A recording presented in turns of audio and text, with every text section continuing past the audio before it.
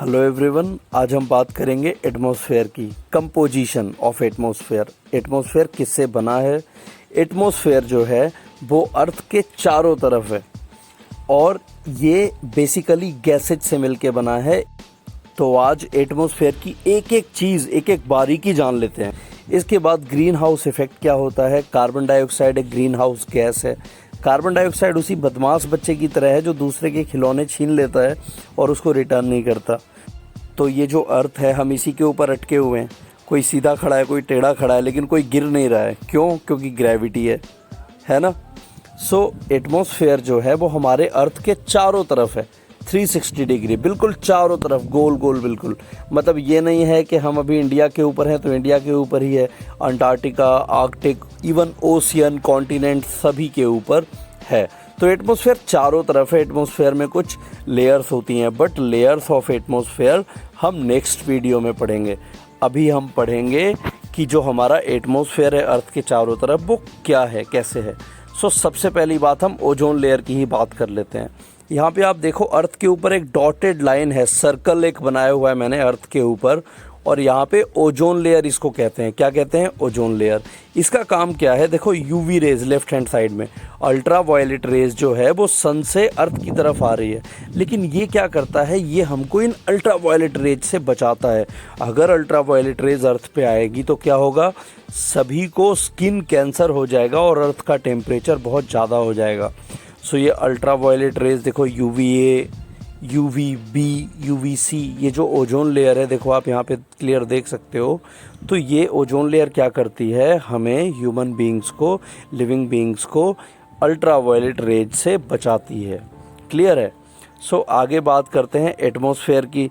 तो एटमॉस्फेयर जो है ना वो ऑर्डरलेस है। ऑर्डरलेस मतलब उसकी कोई स्मेल नहीं है। टेस्टलेस है, उसका कोई टेस्ट भी नहीं है। और कलरलेस है, मतलब दिख भी नहीं सकता है एटमॉस्फेयर। देखो, ये अर्थ का सरफेस है, मतलब अर्थ के ऊपर ये बादल वगैरह हैं और ये पूरा एटमॉस्फेयर है। अब बात करते हैं कि एटमॉस्फेयर में गैसेज हैं, है ना। एटमॉस्फेयर में क्या है? गैसेज हैं। कौन सी गैसेज हैं? सबसे ज़्यादा है नाइट्रोजन। देखो कितना है नाइट्रोजन, 78%। उसके बाद है ऑक्सीजन, 20.9%। कितना है? 20.9%। बाकी जो हैं वो हैं, देखो कौन कौन सी गैसेज हैं बाकी। नाइट्रोजन हो गया 78, ऑक्सीजन हो गया 21, फिर argon, CO2, neon, methane, krypton, hydrogen. इसके बाद वाटर वेपर भी है। ये सारी गैसेज हैं अर्थ के एटमॉस्फेयर में। अब अर्थ का एटमॉस्फेयर है वो अर्थ से मार्स पे क्यों नहीं चला जाता, है ना, वो वीनस पे क्यों नहीं चला जाता? ये दोनों हमारे नेबर प्लेनेट हैं, पड़ोसी हैं हमारे। तो वीनस और मार्स पे इसलिए नहीं जाता क्योंकि ग्रेविटी ने पकड़ के रखा हुआ है।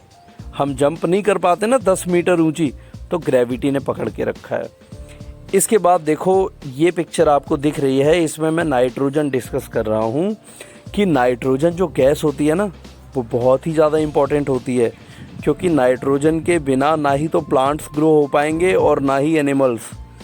तो नाइट्रोजन अलग अलग फॉर्म में, जैसे नाइट्रेट हो गया, है ना, अमोनियम हो गया, ये अलग अलग फॉर्म में, ये सब नाइट्रोजन की ही फॉर्म है और ये हमारे सारे लिविंग बीइंग्स को हेल्प करती है। अब देखो, ये आपको एक लड़की दिख रही है और ये क्या कर रही है? शी इज़ ब्रीदिंग, ये सांस ले रही है। और आपको पता ही है हम कौन सी गैस हमारे लिए ब्रीदिंग के लिए इम्पॉर्टेंट है। Yes, that is oxygen. आपको ये भी पता होगा कि ऑक्सीजन हमें कैसे मिलता है। ऑक्सीजन हमें मिलता है प्लांट से। प्लांट बेचारा क्या करता है? कार्बन डाइऑक्साइड तो वो इनहेल कर लेता है और ऑक्सीजन एक्सहेल कर देता है। तो इस तरह से हमें ऑक्सीजन मिलता है। अब कार्बन डाइऑक्साइड की बात कर लेते हैं। कार्बन डाइऑक्साइड का पता है एक बहुत इंपॉर्टेंट रोल है। कार्बन डाइऑक्साइड जो है वो हमें फोटोसिंथेसिस में प्लांट्स को मदद करता है। आपको याद है ना, photosynthesis, the process of making food with the help of sunlight, chlorophyll और carbon dioxide in the presence of water, sunlight.